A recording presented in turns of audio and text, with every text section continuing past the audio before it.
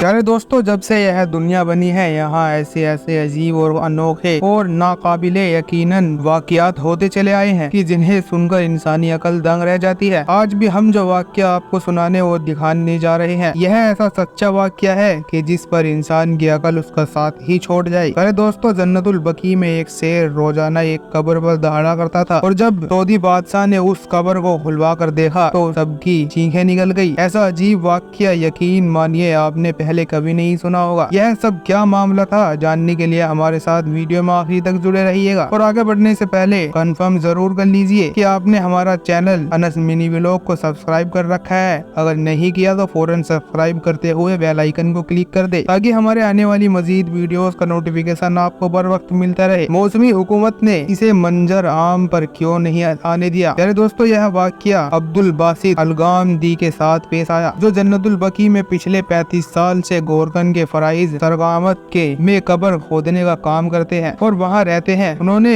बताया कि अल्लाह की खास रहमत है कि उन्हें इस मुबारक जगह यह ड्यूटी नसीब की गई जहाँ इतनी नेक पाक हस्तियाँ मदफून है। वहाँ की फिजा ही कुछ और है, जहाँ की मिट्टी एक खास किस्म की खुशबू से मुअत्तर है। उन्होंने मजीद बताया कि उन्होंने कभी कब्रिस्तान में कोई कीड़ा तक नहीं देखा। यहाँ जन्नती लोगों का कब्रिस्तान है, मगर एक रात जब वह किसी मरने वाले की कब्र बना रहे थे तो उनके साथ बहुत अजीब वाकया पेश आया। जब मैं एक कब्र तैयार कर रहा था कि करीब से मुझे एक शेर के दहाड़ने की आवाज ने दहला कर रख दिया। एक लम्हे के लिए तो मेरे जिस्म से जैसे जान ही बाकी न रही। मैं हैरान था कि शेर और यहाँ यह कैसे मुमकिन है। हिम्मत करके मैंने इधर उधर नजर दौड़ाई मगर वहाँ किसी शेर को ना पाया। फिर एक दो बार और दहाड़ने की आवाज सुनाई दी। मैंने आवाज का पीछा किया मगर कोई शेर नजर नहीं आया। फिर मुझे एहसास हुआ कि शायद यह मेरा वहम होगा और मैं अपने काम पर जुट गया। फिर उसके बाद एक रात और ऐसा ही हुआ। अब की मैंने एक साथी अहल को बुलाया मगर उसे किसी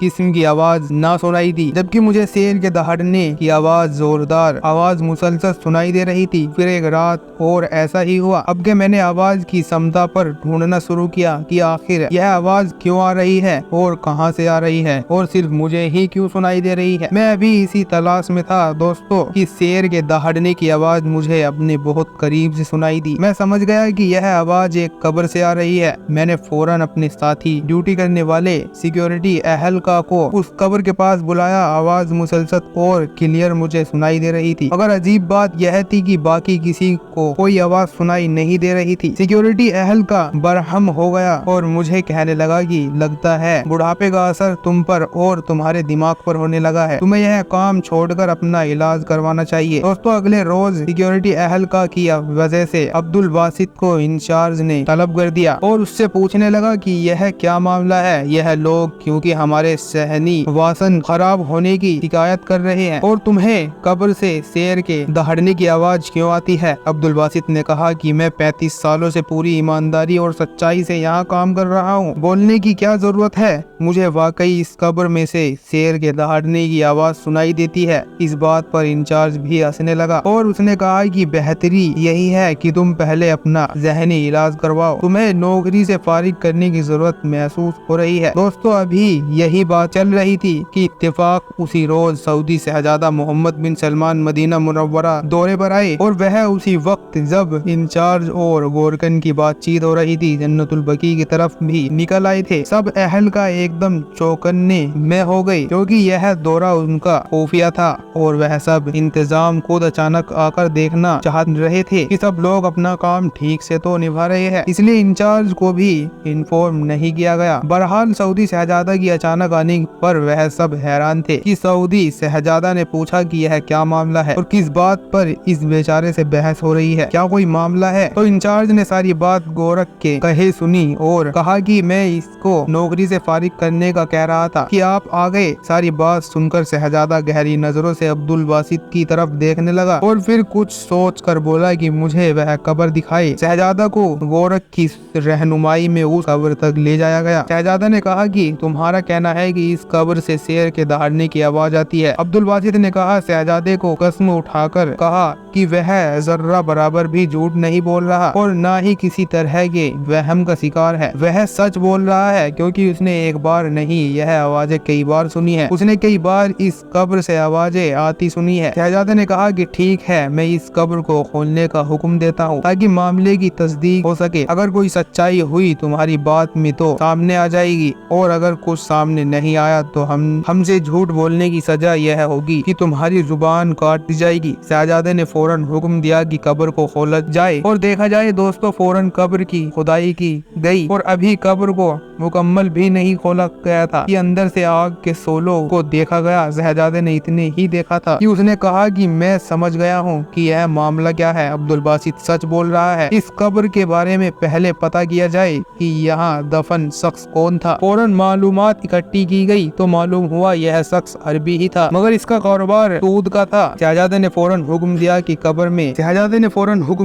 कब्र में से इसको निकाल कर कहीं और दफनाया जाए। असल में यहाँ किसी भी ऐसे शख्स को दफन नहीं होना चाहिए था। यह पाक और जन्नती लोगों का कब्रिस्तान है, मगर शायद यह गलती से यहाँ दफन गया शख्स है, और अब्दुल बासित के जरिए पैगाम हम तक पहुँच गया है कि इसकी कब्र को यहाँ से हटाया जाए। दोस्तों इस हुक्म पर अमल किया गया। कब्र को मुकम्मल खोला गया तो आग नहीं थी, मगर कब्र के अंदर लाश और कफन जलकर काले हो चुके थे। उसकी लाश को निकालकर कहीं और उसकी दफन करवाई गई, और इस खबर को बाहर फैलने से मना किया गया कि किसी तरह भी लोगों का यह मीडिया तक यह बात ना पहुंच जाए, ताकि लोग किसी किस्म के वहम और सकून के हकदार बख्शे हुए खुश नसीब को ही जन्नतुल बकी में दफन होने की शहादत नसीब होती है। और सूद दोस्तों ऐसा गुनाह है इसकी बख्शीश मुमकिन ही नहीं, चाहे उस शख्स को जन्नतुल बकी में ही क्यों न दफन कर दिया जाए। सूद को कुरान करीम में इतना बड़ा गुनाह करार दिया गया है कि शराब नौसे खंजीर खाने और जिना करने के लिए कुरान करीम ने वो लफ्ज इस्तेमाल नहीं किए गए जो सूद के लिए अल्लाह तबारक व तआला ने इस्तेमाल किए हैं। सुनाजे अल्लाह ताला का इरशाद है सूरह बकरा में कि एक ए ईमान वालों अल्लाह ताला से डरो और जो सूद बाकी रह गया वह छोड़ दो, अगर तुम सचमुच ईमान वाले हो, और अगर ऐसा नहीं करते तो तुम अल्लाह ताला और उनके रसूल से लड़ने के लिए तैयार हो जाओ। खुद सूद खाने वालों के लिए अल्लाह और उनके रसूल की तरफ से ऐलान जंग है। और दोस्तों यह ऐसी सख्त वईद है जो किसी और बड़े गुनाह मसलन जिना करने, शराब पीने के इर्तिका पर नहीं की दी गई। मशहूर सहाबी रसूलुल्लाह सल्लल्लाहु अलैहि वसल्लम की जो शख्स सूद छोड़ने पर तैयार ना हो तो खलीफा